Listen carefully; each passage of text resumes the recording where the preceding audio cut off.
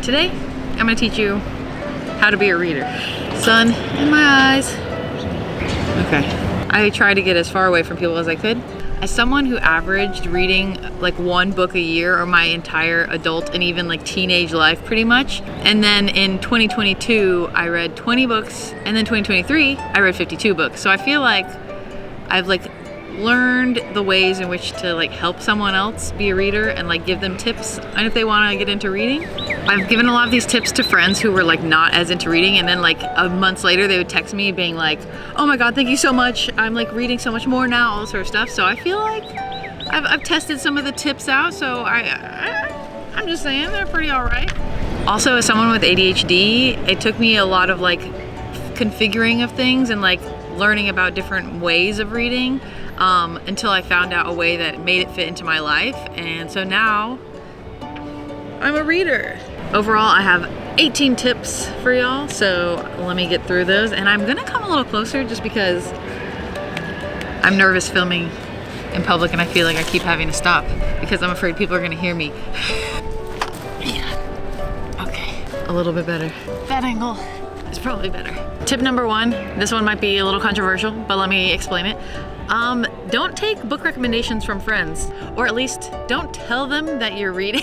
And I would say this highly depends on the type of person you are. Almost all of these tips are dependent on the type of person you are, so take everything with nuance. I'd say if you get overwhelmed by having to choose a book and having someone just hand you a book and say read this, then that could be good, or someone like really knows your personal like taste and they're not gonna get offended if you don't like their book. But I just feel like a lot of people might feel pressured to feel a certain way about a book when they're starting off, and I don't think that that's necessarily the way you should go into reading a book.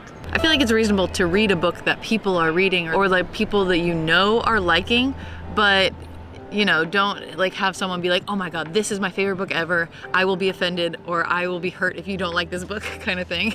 Number two, pick a genre that fits within your other interests. So take that genre, look up the top 5 books in that genre, maybe read the synopsis of them and figure out which one like calls to you the most, and then go for that one. I feel like when I tried to read in the past, I would always try to go for like self-help books and stuff, even though the stuff I like to watch and play and all kinds of stuff is like fantasy or like sci-fi and stuff, so it just didn't make sense that I went for self-help first. So it all changed when I started reading fantasy. And also, depending on the type of person you are, I'd even recommend possibly getting into a series instead of just a singular book, because then that takes away the thought process of having to choose another book after the first book you read. You can just like keep going in that series until you're done, and then you kind of get a vibe for what you like. I feel like a lot of people after one book, then they get almost like overwhelmed with the amount of choices that they have after that fact. So if you have a series, then you can just read everything in that series. Or if you really, really like that like author's style of writing, then you could go ahead and read like a bunch of other books that they've written, so you can maybe get, a feel for what you like. Tip number 3, judge a book by its cover. Mainly because for me, I want to be excited about every aspect of the book, even the aesthetics of the book. And so I feel like, at least in the beginning, judging a book by its cover as well as like all the other aspects makes sense, because I just want to be able to like pick up the book and be like, this thing is beautiful. I want to be seen with this book. And number 4 is have no shame. I feel like there is some shame around certain genres or topics, and this is just, you're holding yourself back. You're holding yourself back. You don't even have to tell anybody about it, okay? But if you want to have fun and talk to people about it, which I like to do, then yeah, there are other people who are into it, don't worry. Cheesy romance, smutty fantasy, young adult, just read what sounds interesting to you. Don't think too much about the category in which it is in and what is associated with those categories, Honestly, even like manga and comics, I mean, it's reading. It's reading.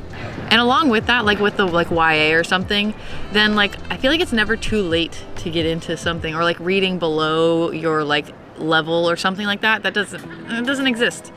I feel like it's totally fine to read something meant for teenagers, because if a story is good, a story is good, If you haven't read in a while, then maybe you don't want to read something that's really, really complicated and has a lot of like prose that may like, be difficult to follow. So it makes sense to start with maybe some YA. I definitely read some YA. I read Hunger Games. Ooh, I hadn't read Hunger Games before.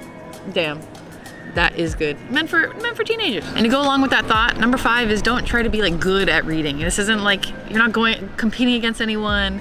Don't look too hard at the amount of books other people read and try and get through it with a certain quickness or anything. Just read at your own pace and don't think too hard about it and have fun. There's no shame in having to reread sections because you zone out, you know, attention spans are shortening and stuff like that. Then it's reasonable that it might take a while to kind of like get used to like really zoning in on a book. Totally fine for you to be like not good at reading, but that's just such a dumb concept. Also, the speed of reading, as well as like maybe like not having to be able to reread things, like that comes with practice. I feel like I am still doing that with, depending on like how, you know, in-depth the world is or how much exposition is happening and stuff, I have to reread plenty of paragraphs and things like that. So it's fine. And number 6 is find the type of reading that fits with your lifestyle. There's audiobooks, physical books, ebooks, and even within all of those, there's like subgenres. So like with audiobooks, like I recommend people like if they feel like they can't pay attention to maybe like speed it up a little bit. So I listen at 1.25 speed most of the time, and that's just like perfect for me. But I know friends who read at like 1.5 speed, or I know people who read a little bit slower. They read at like 0.75 speed. So play around with it. If you're afraid of not knowing words or something like that, then Kindles or like e-readers, you know, click a word and it'll give you the definition. If that'll help ease some anxiety around it or anything, I do that. There's some words that I found out how to spell because I had never seen them written down before. It was crazy. And sometimes even the way like my brain works, I need just like the right amount of distraction to be able to focus. So a lot of times when I'm reading like on an ebook or like a physical book or something, then I need like an instrumental music in the background, nothing with words, but just something that like, you know, fits the vibe, but something else that's happening because my brain needs like almost 2 things, ADHD things, you know? But yeah, create like an ambiance for yourself if that'll help you, you know, get hyped for it. Once again, fall in love with every bit of reading. And number 7 is expanding upon that of reducing distractions or finding just the right amount of distractions. So for me, I don't really like to read on my phone because I get notifications and stuff like that. And also it's too easy for my brain to be like, ooh, social media, because dumb brain things. So I prefer not to read on my phone, even though I have the Kindle app on my phone, because I know that I will get easily distracted. But if you don't have a Kindle and you still want to use the Kindle app or something, then I'd recommend maybe putting in like airplane mode so you don't get any distractions while you're reading. So I listen to a lot of audiobooks, but I need like just the right amount of like monotonousness to my tasks while I'm listening to an audiobook, because I can't just listen to an audiobook and do nothing else. Then my brain wanders too easily. And sometimes you might want to put like a little bit of ambiance on, put a candle, put like, you know, put a fireplace YouTube video up and get into your reading. And even the location that you're reading, if you know, that you can mix that up, see what fits better with like what helps you zone in and get into a book. Number 8, use your library. I feel like books can be expensive, so it makes sense that it's maybe a little bit hard to get into reading if you don't want to spend money on a book that you don't know if you're gonna like. So it makes sense to just pop into the library. It's really easy to get a library card, and the librarians are always so nice. And then there's like no stakes really. If you don't like the book, just give it back, you know? I mean, you're gonna have to give it back either way, but you know what I mean. Also, the library has so many like options. You can get an app. I have the Libby app for my library. I get ebooks and I get audiobooks on there, and that's pretty much like I mainly use that. I don't like go into the physical library very often because I love my little Libby app. Favorite app on my phone. Also, librarians are like a wealth of knowledge, so if you don't want to get a recommendation from someone you know because you don't want to like end up hurting their feelings or something or whatever, then ask a librarian for a recommendation. They have no skin in the game and they have read so many things, so they will have like, I feel like they will be able to give really good recommendations. Number 9 is to pair the hobby of reading with an existing like habit you have, or like put it at a certain time of the day. All of the like life advice people who are like telling you how to like build a better life and all kinds of stuff, that's like the one of the main tips for like building a new habit. So like if you sit down and eat breakfast every morning, then like have the book and then you read for like 30 minutes instead of scrolling social media or something like that, you know? I even saw someone recommend putting your book in the bathroom, because if you feel like you have no time in your day to read at all, then you're gonna go to the bathroom. So instead of scrolling, you might as well read. And then even if you just end up getting through one book for the whole month, then that's still something, because I mean, if you just read like a couple pages every time you sit or every time, you know, you're pooping or something, then you'll eventually get through the book. Number 10 is don't pressure yourself to finish a book. As much as I feel like I am someone who likes to finish a book, because a lot of times I'll end up liking a second half if I didn't like the first half, but if you're not that kind of person, or if you're really not feeling it and you feel like it's a struggle to finish a book, then it's okay not to finish. Find something that has you so engrossed through the entire thing, because those books, they exist. Tip number 11 is give yourself an outside motivator. For me, I really like to read a book if there's like a movie or a show that's coming out that's an adaptation. I like to try to get myself to finish the book by the time the movie or show comes out, and it's been really fun to do that. Like, you give yourself a deadline that way, because I know that I often need deadlines for myself. So right now I'm reading the Dune book because the second Dune movie is gonna come out. I liked the first Dune movie, so I'm gonna watch the second. So I'm like, oh, now I'm reading, so let me try and read Dune. Or on the other hand, if you have a favorite movie or show that is based on a book, which a lot of things are, you'd be surprised, then read the book. Read the book that goes with their favorite thing. I read House Moving Castle because I love the House Moving Castle movie. You can also find like a low pressure book club, so not people who like, you know, you need to have read this many chapters by this point, blah, blah, blah, or this sort of stuff. Some book clubs are very, very casual. There's this thing called Silent Book Club even, where it's like there's chapters all around the United States. They're held at like different like coffee shops and all kinds of stuff. And there's a bunch of strangers there. You read whatever you want, and everyone's reading in silence for like an hour. And then after, there is an optional like mingling period. So that is technically a book club. It's just like setting aside time to read. And then if there are people there who have read the book you're reading, it's just like, you know, it's fun social time if you want it to be. Another option is to do a buddy read with somebody, like just one person, and you guys just kind of agree to do it however you want, but you read the same book. I have buddy read a lot of stuff, and I really, really, really like doing that. Number 12 is to join like book social media stuff, or like try journaling, depending on the type of person you are. So there's like Goodreads and there's Storygraph. Those are the main two I use. Goodreads is owned by Amazon. It's usually more widely used amongst the book community. And there's Storygraph, and that has like a lot of like stats to give you about the books you've read, and it's very fun to like log all your reading.